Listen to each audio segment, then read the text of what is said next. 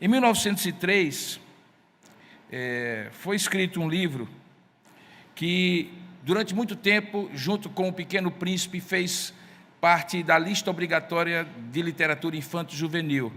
O nome do livro era Pollyanna. Foi escrita por Eleanor Porter, e a história de uma mulher, de uma criança, na verdade, que passa por uma série de provações até que, em determinado momento da sua vida, ela tem que sair de casa e ser criada por uma tia rabugenta, por uma tia que não lhe tinha nenhum carinho, que não tinha nenhum tipo de cuidado maternal como ela deveria ter. A história, que eu não vou contar o spoiler, até porque eventualmente você pode encontrar-se com o livro, é caracterizada como uma história positiva, uma história de uma experiência ficcional, mas que tenta retratar uma atitude que todos nós devemos ter e que basicamente é a atitude do contentamento. No livro, Pollyanna se acostuma a fazer aquele chamado jogo do contente, o Gladness Game, em que ela sempre tentava ver as coisas pela via positiva. Então, se por acaso ela pedia, como tem lá no livro, uma boneca de Natal para o seu pai, que era muito insensível a ela também, e recebe de volta uma muleta que ele usara em determinado momento na sua vida, algo completamente sem noção. Então, ao invés de ficar chocada com a falta de sensibilidade, de carinho daquele presente, que era um presente completamente sem sentido, ela brinca com o seu jogo de contente e resolve ficar feliz, apesar daquele presente, porque, segundo na cabecinha dela, era melhor não precisar daquela muleta. E então não precisar daquela muleta lhe fazia feliz, mesmo que a muleta, obviamente, fosse algo completamente sem sentido, como um presente a ser dado a uma criança. Esse jogo do contente acabou se tornando uma frase muito criticada quando as pessoas resolvem apontar o dedo para pessoas que são otimistas. E dentre essas pessoas otimistas, normalmente, os cristãos que são convidados por Deus a ter uma vida de gratidão, de ações de graças e de contentamento, estão incluídos. Alguns chegam até a dizer que é alienação pura e simples alguém, diante das vicissitudes da vida, das dificuldades da vida, jogar o jogo do contente e achar coisas positivas no meio de tudo aquilo que está acontecendo consigo. Alguns dizem que isso é alienação. O fato é que dessa obra ficcional, uma série de estudos começaram a ser feitas. Em 1969, 2 psicólogos sociais começaram a trabalhar sobre aquilo que eles chamaram de hipótese de Pollyanna, que era tentar identificar na fala das pessoas, fala escrita ou fala verbal, se elas teriam uma tendência maior de serem positivas ou negativas. E os estudos foram sendo feitos em sequência e se descobriu que, para grande parte da população, se aquilo que as fazia lembrar de algo do passado era muito remoto, a tendência era que a pílula seria dourada. E algo como, por exemplo, a infância de uma pessoa já idosa era vista normalmente como alguma coisa positiva, cheia de experiências boas, embora nem sempre isso fosse realidade. Mas quando alguém era instado a lembrar de algo que acontecera, por exemplo, de manhã, caso ela fizesse a resposta do teste à tarde ou à noite, ou no dia anterior, a tendência era justamente o contrário. O que os fez, então, formular a hipótese de que o otimismo, a positividade, tem uma espécie de memória seletiva, que é preciso fazer de maneira consciente, ou às vezes acontece de maneira inconsciente, uma seleção das lembranças que podem nos fazer felizes, contentes ou não. Os estudos foram acontecendo e essa chamada hipótese de Pollyanna se revelou verdadeira, com exceção de alguns grupos e segmentos de pessoas. Por exemplo, as pessoas que sofrem de transtornos de ansiedade, de fobias de um modo geral, de estados depressivos, ou eventualmente daquilo que a gente chama de realismo depressivo, alguém que é pessimista, em outras palavras. Pelas razões de que poderíamos aqui passar tempos e tempos falando, há pessoas que são assim, são pessimistas por uma série de fatores, e estas não conseguem fazer o jogo do contente. Quando a gente, hoje pela manhã, falou sobre inveja, eu sempre tento entender o que a Bíblia fala sobre determinadas obras da carne, a Bíblia é uma delas, a inveja, é uma delas, pensando do outro lado da moeda, porque inclusive o apóstolo Paulo faz isso lá em Gálatas 6. Ele fala das obras da carne e depois ele fala do fruto do Espírito. E se você colocar numa coluna paralela, em duas colunas paralelas, você vai ver que para cada obra da carne, Paulo levanta algum fruto do Espírito que, uma vez cultivado, faça com que aquelas pessoas ali, os Gálatas, e nós não andemos na carne, mas vivamos no Espírito. Então, fazendo esse mesmo tipo de analogia, o que seria uma atitude que pudesse proteger o seu coração da inveja, ou da tentação da inveja? Como falamos hoje pela manhã. Se você não estava hoje pela manhã, eu lhe convido a assistir o vídeo que já está disponível no canal do YouTube da igreja. Então, o que faria com que alguém, ao invés de alimentar inveja no seu coração e cair na tentação fácil de se achar um desgraçado e desejar a vida do outro, o ser do outro e aquilo que ele tem, de repente jogar o jogo do contentamento? É exatamente esse, o contentamento. O contentamento é a outra face da moeda da inveja. E quando você joga essa moeda e ela cai de um lado, você não tem o outro, e vice-versa. Se você jogar a moeda e ela cair no contentamento, ali estará o antídoto para a inveja. E se você jogar a moeda e ali cair o contentamento, ou melhor, a inveja, aí o contentamento terá se esvaído. Nós não vamos jogar moedas aqui, mas nós vamos olhar o texto bíblico, um dos textos bíblicos, que nos permitem alimentar uma atitude de contentamento, que não tem a ver com um joguinho de palavras, com a memória seletiva, com o esquecimento proposital de coisas difíceis. Não é alienação, mas é uma atitude da alma que Deus nos instiga e nos convida a ter, que nos permite imunizar o nosso coração com relação à tendência natural de invejar, de desejar o outro, desejar ser o outro, o que o outro tem e assim por diante. E para isso eu convido você a um dos textos mais belos que o apóstolo Paulo já escreveu e que, mesmo que não tivesse esse propósito específico que eu estou dando ao sermão nesta noite, você certamente vai encontrar lá os elementos para o contentamento como antídoto e remédio contra a inveja, que é o tema do nosso sermão de hoje. Portanto, eu lhe convido a abrir a palavra de Deus no livro de Filipenses, ou na carta aos Filipenses, no capítulo 4, quando nós vamos ler a partir do verso 10 até o verso 13.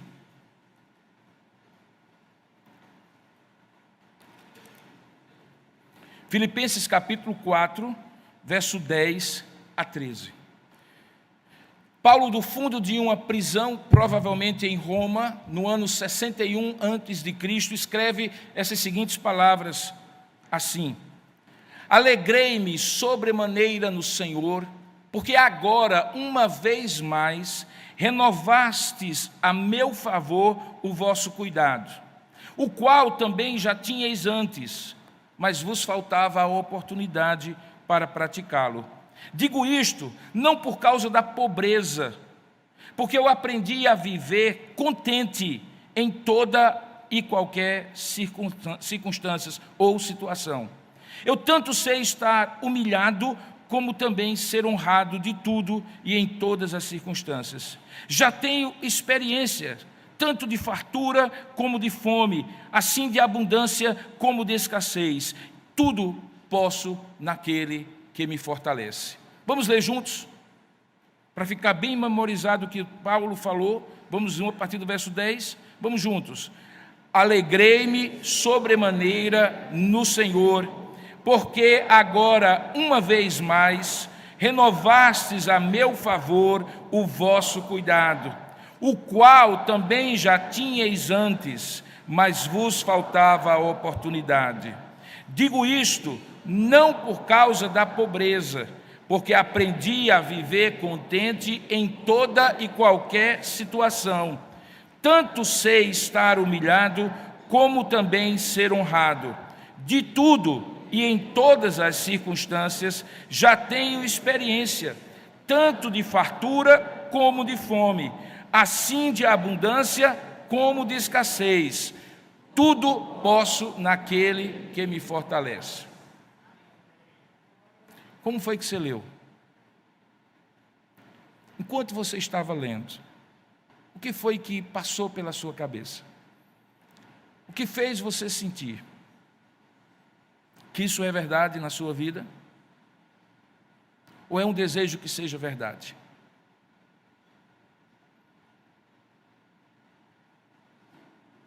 Vamos orar?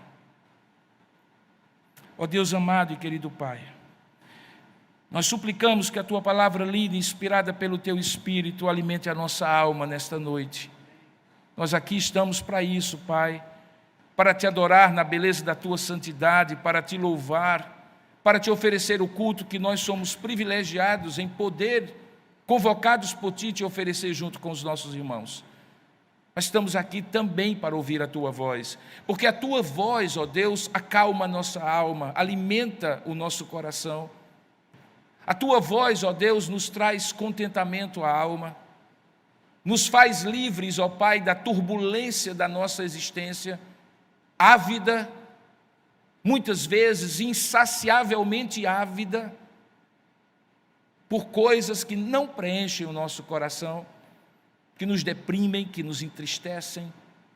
E por isso, ó Deus, fala ao nosso coração, mais do que massagear o nosso ego, coisa que Tu não farias e não farás jamais. Nos confronta com amor, falando a verdade a nós, como Tu dizes que devemos falar a verdade uns aos outros, falai a verdade entre vós com amor.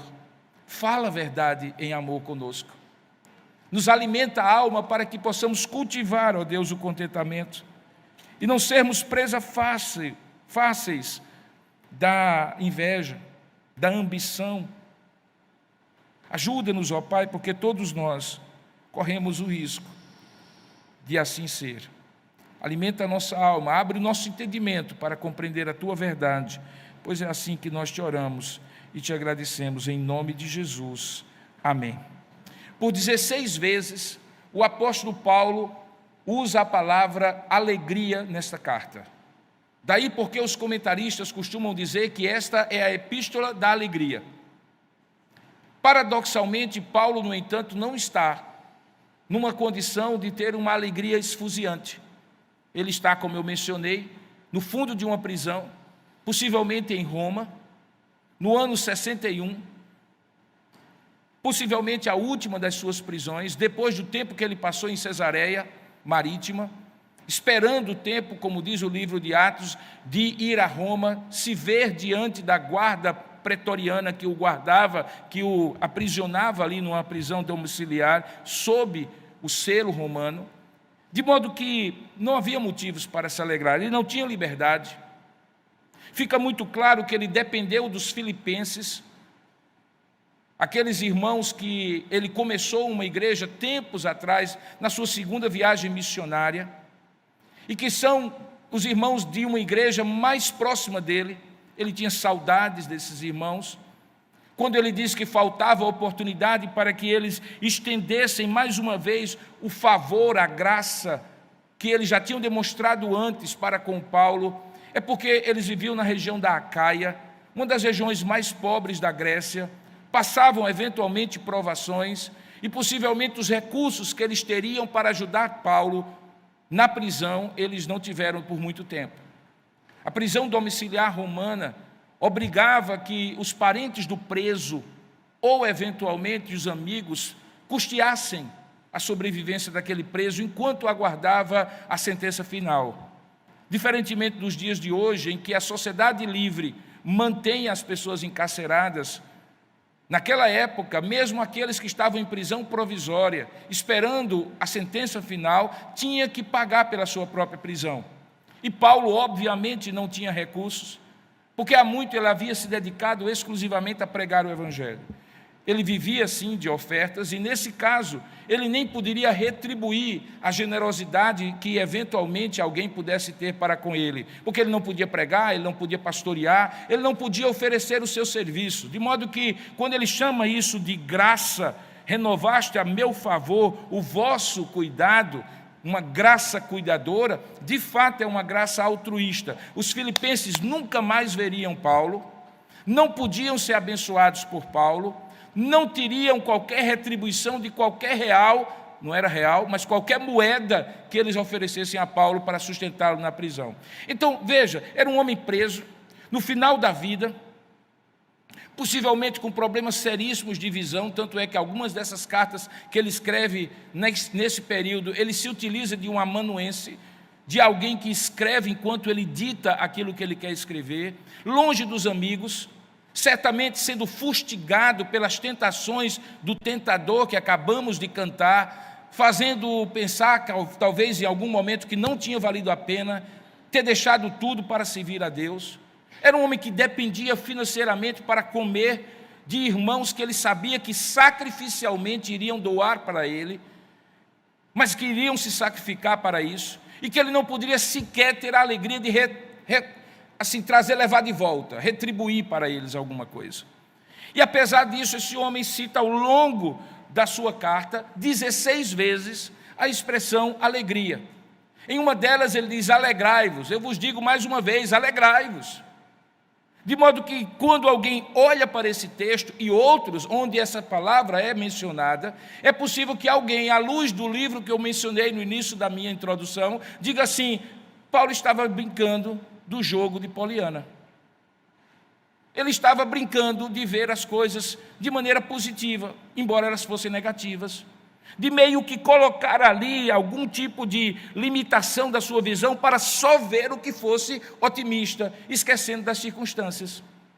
Parecia que Paulo estava, talvez até mesmo, praticando uma certa versão do estoicismo, uma filosofia que naquela época ensinava que a maneira de alcançar a felicidade, ainda hoje ensina, é você se abster completamente de qualquer sensação forte. Alegria, sim, pero no mucho. Não fique muito alegre, porque a vida vira e daqui a pouco essa alegria não vai fazer sentido e você vai se embriagar com ela e vai lhe alienar da realidade.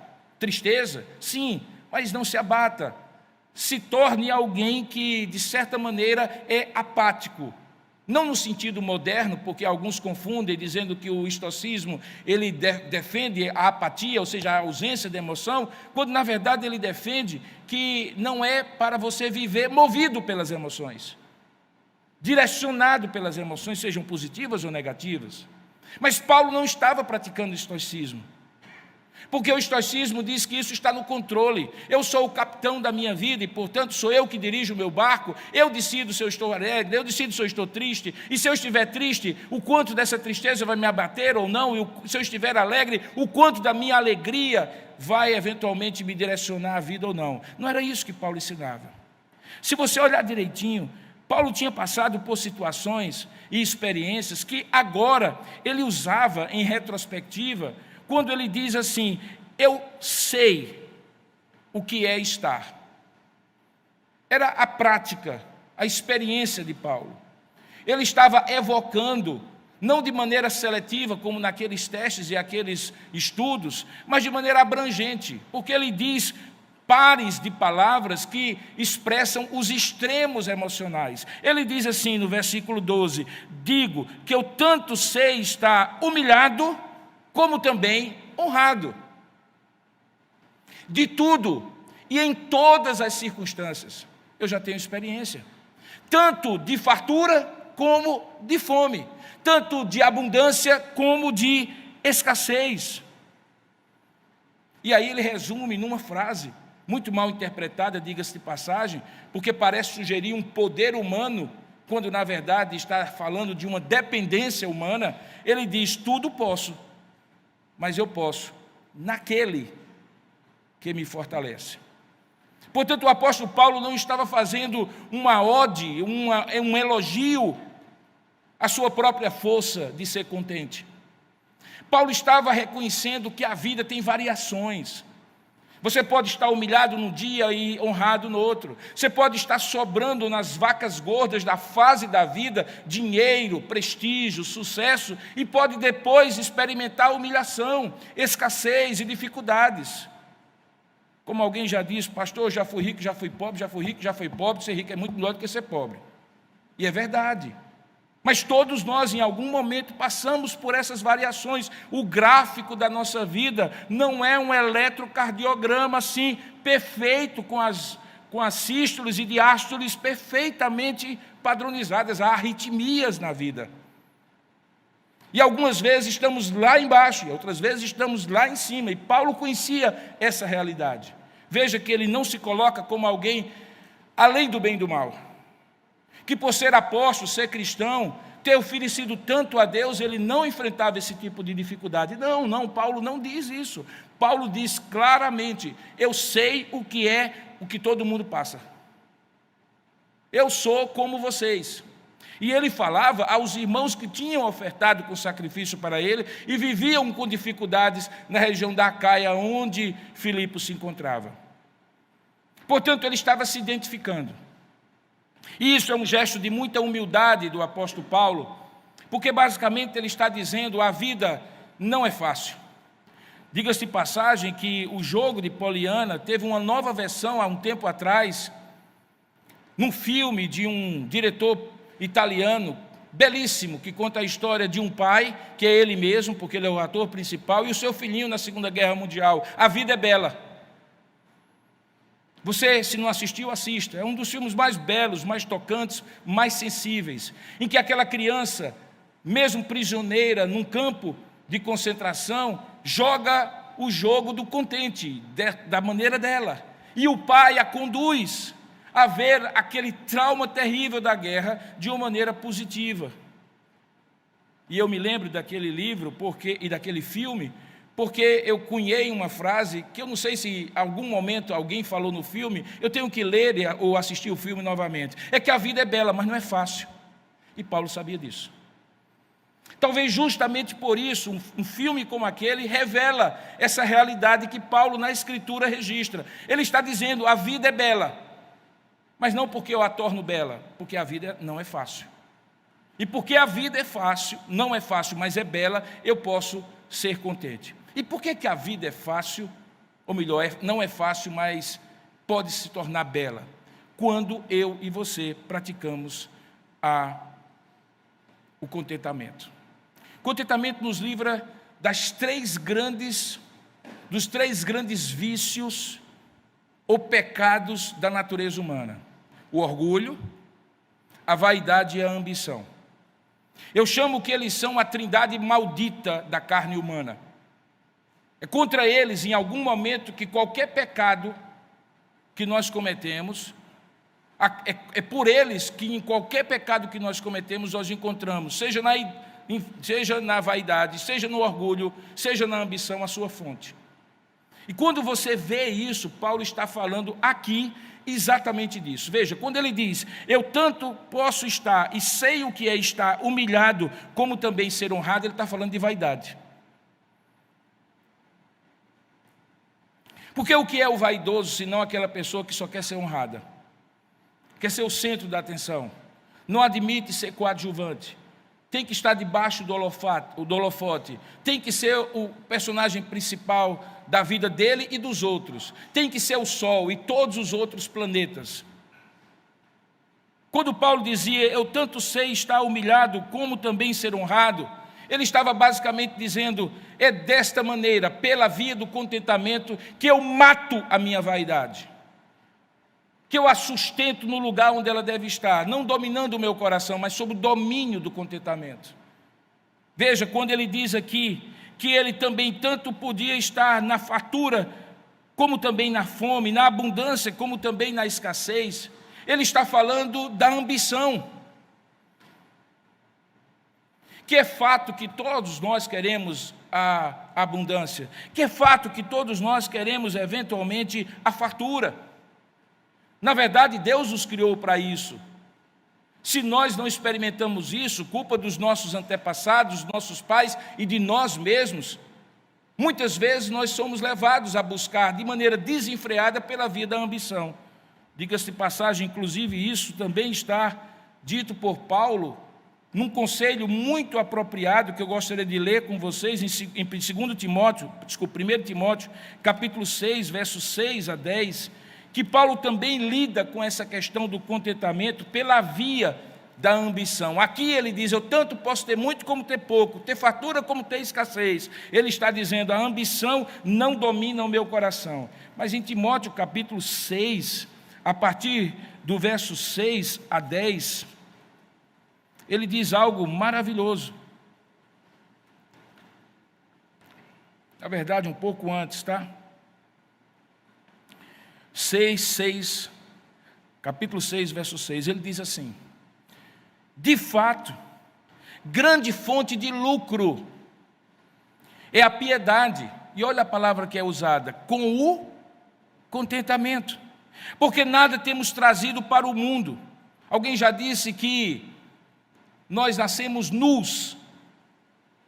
O homem mais rico do mundo nasceu nu. O rei mais poderoso nasceu nu. A mulher mais bonita e a mais feia, ambas nasceram nuas. O homem mais famoso e o homem absolutamente periférico na vida, ambos nasceram nus. É o que Paulo está dizendo a Timóteo.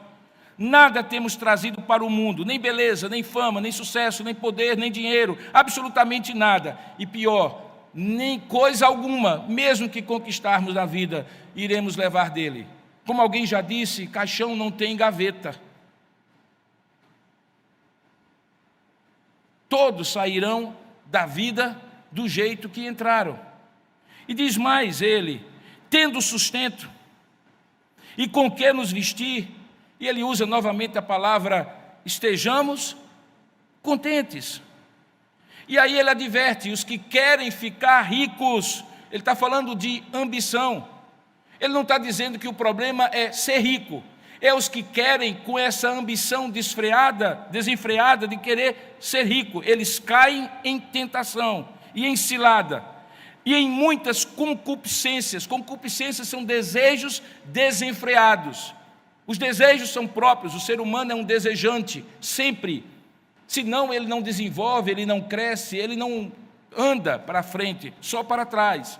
Mas não é o desejo que Paulo aqui firma, é a concupiscência. É o desejo desenfreado, sem limite.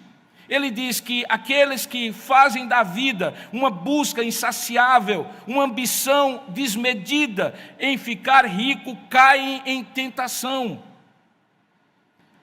E em ciladas, e em muitas concupiscências sem sentido, insensatas e perniciosas, os quais afogam os homens na ruína e na perdição.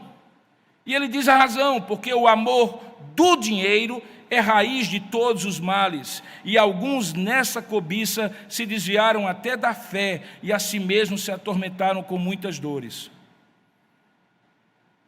O que Paulo está dizendo aqui é que o contentamento, queridos, alivia esse desejante ambicioso que o homem se torna, porque ele se torna celebrante e não desejante. E qual a diferença de ser celebrante e não desejante? É porque o celebrante, ele é contente com o que conseguiu, enquanto trabalha para conseguir mais, o que é muito natural. Mas o desejante, ele não agradece pelo que ele conseguiu e é envolvido por uma fúria muito grande, interna, que o faz relativizar moral e ética e perder até a sua fé para querer mais. Gente que vende a mãe e entrega. E Paulo está dizendo que o contentamento faz esse fogo da ambição diminuir. Faz com que, ao invés de desejante, a pessoa se torne celebrante. E a vida não é feita de desejos desenfreados, mas de celebrações serenas da alma. É quando você vê o copo metade cheio e celebra por ter água para beber, e não olha o copo meio vazio e reclama e demanda e deseja que ele seja cheio, inclusive movido também pela inveja, porque o copo do outro está cheio e o seu ainda não. Voltando agora para o texto de Filipenses, perceba que Paulo também está tratando de orgulho. Porque quando ele termina com a frase, tudo posso naquele que me fortalece, o locus da sua força, o lugar, o agente, o objeto, o autor, o propósito, tudo, enfim, que o fortalece, não está nele. Está naquele que o fortalece. Ele é objeto do fortalecimento, ele não é o agente do fortalecimento. Ele é fortalecido, ele não se fortalece. E isso, irmãos, mata o orgulho humano. Porque o que é o orgulho, senão a ilusão de que nós podemos, de que nós somos, de que nós fazemos, prendemos e acontecemos. Deus então mata pelo contentamento o orgulho, mata pelo contentamento a vaidade, mata pelo contentamento a ambição. Paulo está então tratando pela via do contentamento, não apenas aquilo que nós falamos hoje, que é a filha desses 3 pecados, a chamada inveja. Inveja tem 3 pais: o orgulho, a ambição e a vaidade. Ou melhor dizendo, um pai e 2 mães. Como hoje está tudo assim, é possível. Então lá tem 2 mães e um pai. Então a inveja tem 2 mães e 2 pais. Ou um pai, ou 2 pais, eu sei lá o que for. Hoje só basta que a pessoa pense o que é. Mas no caso concreto, esta inveja é fruto da ambição, da vaidade e do orgulho. E Paulo diz, como você cuida disso e do seu coração? Eu quero lhe contar a minha experiência. Ele disse, eu sei. É tão forte isso, irmãos. O que é que você sabe? O que é que você sabe da vida? A ponto de você dizer assim, como aquela antiga frase, meninos eu vi. Ou como aquela antiga canção, esses moços, pobres moços, se soubessem o que eu sei, de Lupicínio Rodrigues. O que é que você diria? Eu sei o que é estar humilhado e honrado, eu sei o que é ter e o que não ter, eu sei o que é poder e não poder. E ele dizia que ele sabia isso, porque ele tinha aprendido na escola do contentamento. Tendo então definido isso, deixe-me lhe dizer o que é esse tal de contentamento. A palavra contentamento, ela é formada de duas palavras que se juntam. A palavra completa, contentamento, é a palavra autarkes, que em grego é auto e erko, um verbo. E o que acontece quando elas se juntam? Elas criam uma palavra que é conhecida hoje, é a palavra autarquia. Você já ouviu falar? Autarquia. O que é uma autarquia? Não pegue o seu celular ainda. O que é uma autarquia? Uma autarquia é uma estrutura jurídica, um ente jurídico, não é pessoal, que ao mesmo tempo que tem a participação de pessoas, tem identidade própria. Tanto é que quando, na brincadeira, as pessoas gostam de dizer umas às outras, quando alguém é poderoso, famoso e tal, rapaz, aí uma autarquia, fulano de tal é uma autarquia. É assim, ele transcendeu, ele não é apenas PF, ele também é PJ. É junto, é uma autarquia. Curiosamente, Paulo diz que a autarquia, que não é nesse sentido, é o que ele chama de contentamento. É quando ele transcende aquilo que é auto dele mesmo e começa a ter o ercor, que é a capacidade de força, resiliência e poder suficiente para estar imune às ações externas. É quando ele tem a serena alegria de celebrar a vida. Contentamento é a serena alegria de celebrar a vida. Isso é paz, irmão. Isso é paz. Quando alguém encontra serena alegria, que não é esfuziante, não é alienante, não é gargalhadas do dinheiro rolando e entrando na conta, ou de você sendo famoso, bem-sucedido, ou conseguindo tudo, mas aquela coisa gostosa da alma lá de dentro do coração, que você acorda para a vida dando bom dia a cachorro. E você está feliz. A serena alegria de celebrar a vida. Porque a vida é para ser celebrada. Por mais difícil que ela seja. O contente é aquela pessoa que consegue celebrar a vida apesar de e não por causa de. E isso é uma grande maturidade espiritual. Porque quem espera celebrar a vida por causa de, nunca vai celebrar. Deixa eu lhe dizer, nunca vai celebrar. Você vai ser um eterno desejante, inquieto, insatisfeito, reclamador, alguém que vai sempre dizer assim, é mais, e esse mais, como eu disse hoje pela manhã, mata tudo. Mas aquele que tem uma eterna alegria de celebrar a vida, ele consegue ser sereno, ser leve. É bom estar ao lado dessa pessoa. Imagine sentar ao lado de um eterno celebrante da alegria da vida, ou de uma alegria que celebra de maneira serena a vida. O papo flui, a conversa é legal. Tudo bem que no outro dia tem um bocado de boleto para pagar, mas a pessoa está ali. Ela diz assim, rapaz, eu estou vivo e com saúde nessas tragédias do Rio Grande do Sul. Era comum ouvir as pessoas dizendo assim, vamos recomeçar. Perdeu tudo, perdeu milhões, perdeu parentes. Mas está vivo, está com saúde, está com força de trabalhar. Porque no fundo, queridos, é essas pequenas coisas que nos ajudam a celebrar a vida. Eu fico sempre pensando, e eu espero que nunca aconteça, se algum dia alguém resolver me abordar na rua e dizer assim, passa essa mochila aqui, o celular e o computador. Minha vida está quase toda lá. Tudo bem que eu fiz backup ultimamente, eu estou mais ou menos aliviado. Mas eu fico pensando assim, rapaz, faça o seguinte, corta esse dedo aqui, mas não leva esse computador não. Mas tem gente que faria isso. Tem gente que faria isso. Porque às vezes o apego a determinada coisa o impede de celebrar a vida. De ter uma eterna serenidade de celebrar a vida. Não precisa ter memória seletiva para isso. É preciso, no entanto, cultivar o contentamento. Eu gostaria de convidá-lo a essa atitude. E gostaria que você me acompanhasse em alguns textos que corroboram o que Paulo escreveu, tanto em Filipenses como ele recomendou a Timóteo.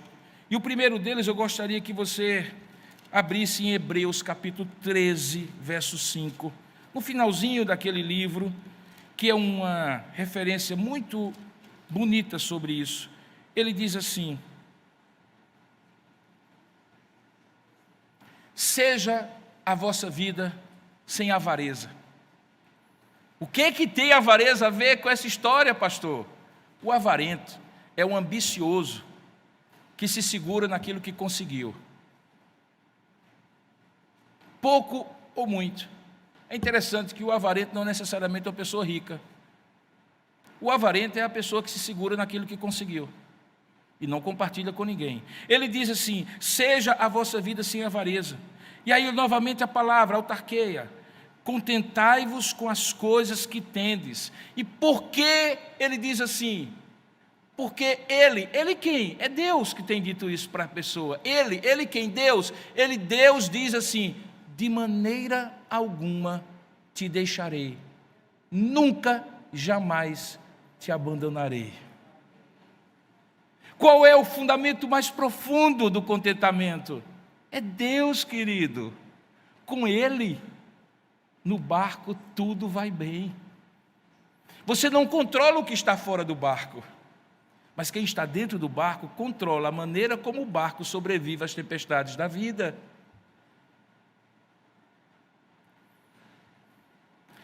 Por conta disso, o versículo 6 diz assim, assim, afirmemos confiantemente, O Senhor é o meu auxílio, não temerei, o que poderá me fazer o homem?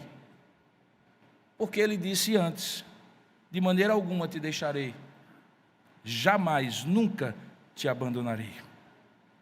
Agora abra, por favor, em Abacuque capítulo 3, verso 17 a 19. Hoje o sermão está o terror daqueles que não sabem onde o texto bíblico está, né? Você está indo para lá e para cá. Aquela bibliazinha que você tem, que lhe ajuda com as referenciazinhas, nessa hora ajuda.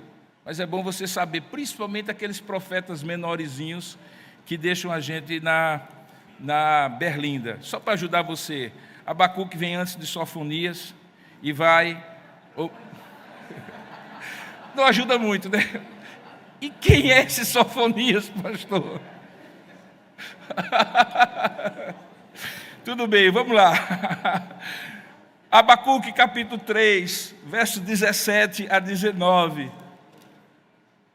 Olha que confissão de fé maravilhosa, principalmente para quem vivia no campo, como eram estes, que viviam do produto do cultivo do campo. Ele diz assim: ainda que a figueira não floresça, ainda que não haja fruto na vide, ainda que o produto da oliveira minta, ou negue-se, ou seja, não apareça, ainda que os campos não produzam mantimento, e até as ovelhas sejam arrebatadas do aprisco, e nos currais não haja gado. O que é que ele afirma?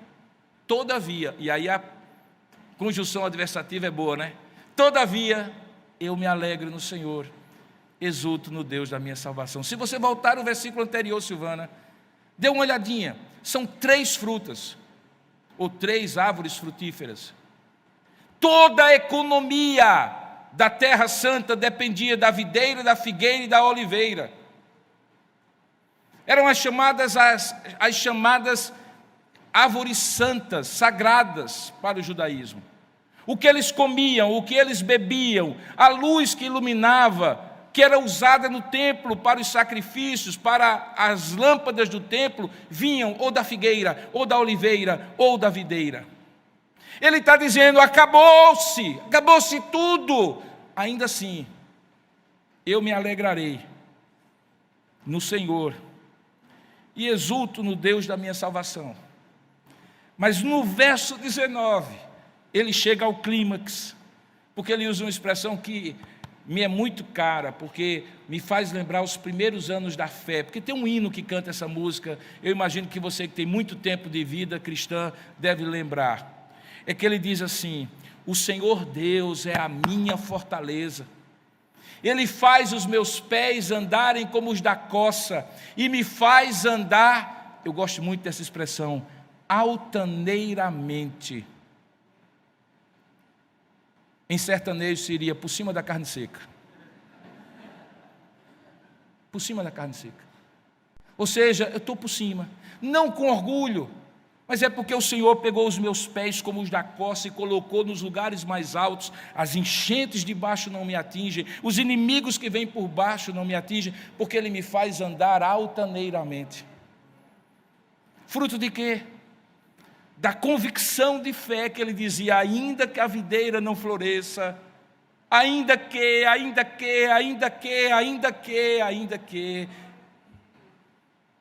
Isso é contentamento. Contentamento não é por causa de, mas é ainda que. Agora eu gostaria que você fosse para o Salmo 37, verso 3 e 4, a gente está indo para trás. Eu imagino que você sabe que Abacuque é depois dos Salmos, eu espero. Então, abra aí, por favor, em Salmos, capítulo 37, verso 4, e com ele eu encerro. Eu vou parar essa tortura com você. Salmo 37, 4. Esse salmo também é um dos muitos queridos, porque ele nos dá 3 ordens. Ele diz que nós devemos confiar, nos agradar e entregar. São 3 verbos. 3 verbos. Agora, o que me chama mais atenção é o começo desse salmo. Uma das riquezas da palavra de Deus, à medida que você vai conhecendo, é você ir descobrindo como tudo faz sentido uma coisa com a outra. Olha como é que o Salmo começa, verso 1. Ele diz assim: não te indignes por causa dos malfeitores, nem tenhas... O que eu falei? Que era o outro lado da moeda. Contentamento é o outro lado da inveja. Ou você joga para cima e aparece inveja e você vive olhando para ela e vivendo por ela, ou você joga para cima e aparece contentamento e você vive pautando a sua vida por esse contentamento. Aí, por conta disso, ele diz assim: pois em breve estes malfeitores e estes que praticam a iniquidade, em breve definharão como a relva e murcharão como a erva verde. Agora, quanto a vocês, façam 3 coisas: confiem no Senhor e façam o bem, habite na terra e alimente-se da verdade. Segundo, agrade-se do Senhor e não ao Senhor. Tenha prazer em Deus, agrade-se do Senhor, e Ele satisfará o quê? Os desejos do seu coração. E em último lugar, ele diz: entrega o teu futuro. Caminho é sempre projeção de vida. Entrega o teu futuro, o teu caminho ao Senhor. Confia nele, e o mais Ele fará. Percebe? Não é preciso jogar o jogo do contentamento. É preciso só entregar o caminho ao Senhor, confiar nele, buscá-lo, como ele mesmo diz aqui, agradando-se dele e tendo em Deus o seu maior contentamento. Quando nós lemos o texto, eu perguntei a você como foi que você leu. Porque você pode ler esse texto de 2 maneiras. O texto que nós lemos juntos, o texto básico de Filipenses. Você pode ler o texto ou ter lido o texto dizendo assim: oh meu Deus, como eu gostaria de poder dizer isso. Não tem problema. Não tem problema. Se ainda não é uma realidade na sua vida, Deus pode construir. Deus pode construir contentamento na sua alma. Contentamento se aprende, contentamento se pratica, contentamento se cultiva. Contentamento é uma construção cooperativa, a gente ajuda o outro a ficar contente, a gente dá suporte ao outro a estar contente. Mas você também pode dizer: meu Deus, graças a Ti, essa realidade é a minha realidade. Talvez não na intensidade que Paulo coloca aqui, mas eu também sei, porque eu já vivi quase tudo na vida. Seja de uma maneira ou de outra que você lê o texto, eu lhe convido agora a colocar a sua vida diante de Deus e dizer assim: Senhor, eu quero ser alguém contente. Eu não quero ser um desejante, ambicioso, orgulhoso, vaidoso, gerando inveja dos outros. Eu quero continuar nesse caminho se eu já estou nele, mas eu também quero construir isso pela Tua graça. Senhor, me ajuda, me fortalece, como Paulo disse: tudo posso naquele que me fortalece. É Deus quem faz isso. Por isso eu gostaria de convidá-lo a orar, sinceramente, não aquela oração convencional que você faz depois da mensagem, que você baixa a cabeça porque todo mundo baixou, fecha os olhos porque todo mundo fechou, e faz de conta que está acontecendo e pedindo para demorar pouco. Não. Se você pudesse nessa hora, passar o tempo que você pudesse e tivesse, o que você faria? O que você falaria? O que você diria? Que coisas você pediria particularmente para Deus lhe ensinar a ser contente? Situações familiares, questões econômicas, financeiras, profissionais, lutas que você está vivendo na sua saúde, dificuldades que você tem de vencer determinadas práticas, determinados pecados, determinados costumes. Contentamento não é se acomodar com eles, mas é enfrentá-los com a certeza de que haverá vitória e ser leve em relação a isso. Então coloque sua vida diante de Deus. Eu vou lhe dar alguns minutos para você fazer isso. André, toca um pouquinho aqui para a gente. Música ajuda, né? Então, enquanto nós estamos ouvindo uma música suave, coloque sua vida diante de Deus. Eu fico pensando assim, Deus não trouxe você aqui à toa não, meu querido. Você talvez nem pensava em vir. Deus lhe trouxe com um propósito. Essa é a hora da gente pedir a Deus que nos torne contentes e que nos ensine a cultivar contentamento. Agora é com você e Deus. Ore aí no seu coração.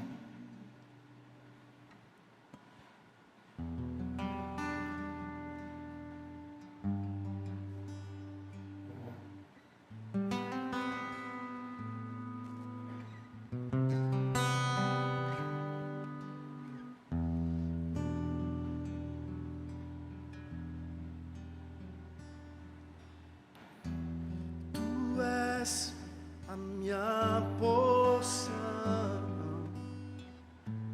tu és a minha herança, tu és o meu refúgio nos dias de tribulação.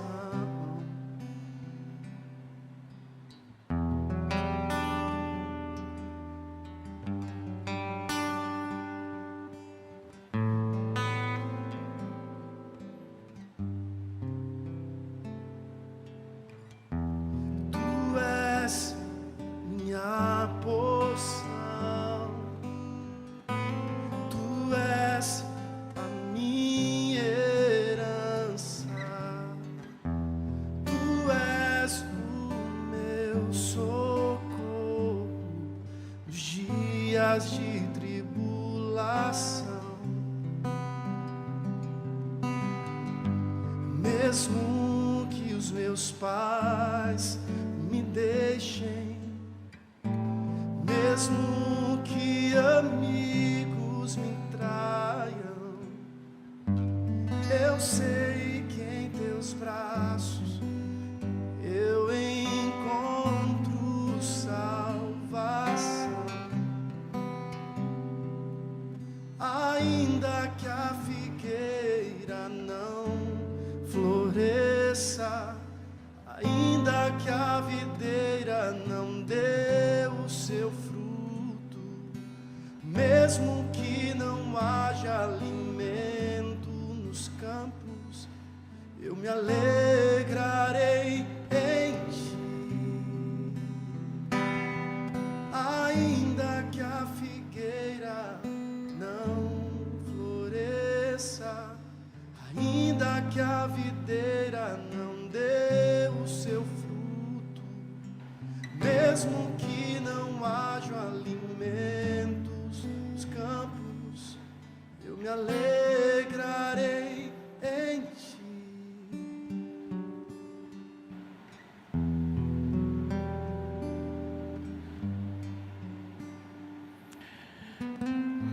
Ó Deus amado e querido Pai,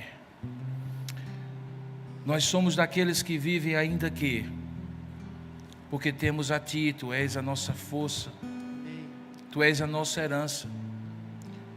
Não há outro Deus além de Ti em quem nós confiamos e em quem nós nos alegramos, ó Pai. E é por isso que nós entregamos esta mensagem aos Teus cuidados, como oramos no início, para que ela perfure, ó Deus, o nosso coração profundamente, reverbere nos próximos minutos, horas e dias, de tal maneira que possamos não apenas, ó Deus, ser tocados nesse momento, mas sermos fortalecidos em tudo, para tudo poder no Senhor. Nas alternâncias da vida, nos ajuda a ver a constância do Teu cuidado na nossa vida. Nas inconstâncias da vida, nos ajuda a ver o Teu cuidado, Pai, e nos alegrar nele, Senhor. Nos ajuda, Pai, a termos a serena alegria de quem celebra a vida, apesar de, não por causa de. Se já entramos nessa escola abençoada do contentamento, Continua aprofundando, Pai, os aprendizados, mesmo que eles sejam dolorosos e pela alternância da vida tenhamos que aprender a mesma lição em níveis diferentes de profundidade. Não nos assusta isso, Pai, porque sabemos que o Senhor estará conosco, que o Senhor não nos desamparará, que o Teu Filho Jesus viveu isso, do estado de exaltação ao estado de humilhação, passando pela cruz para poder ter a glória da ressurreição. Louvado seja o Teu nome, Pai, porque na medida em que o Senhor nos ensine isso, o Senhor cuida de nós. Amém. Sabemos, ó Pai, que assim como Davi dizia, fui moço, mas agora sou velho, mas jamais vi o justo padecer necessidade, nem aquele que te teme passar por penúria a ponto de perder a fé. Uma coisa te pedimos, que o Senhor não nos dê demais para não nos esquecermos de Ti, nem tão pouco para blasfemarmos contra Ti.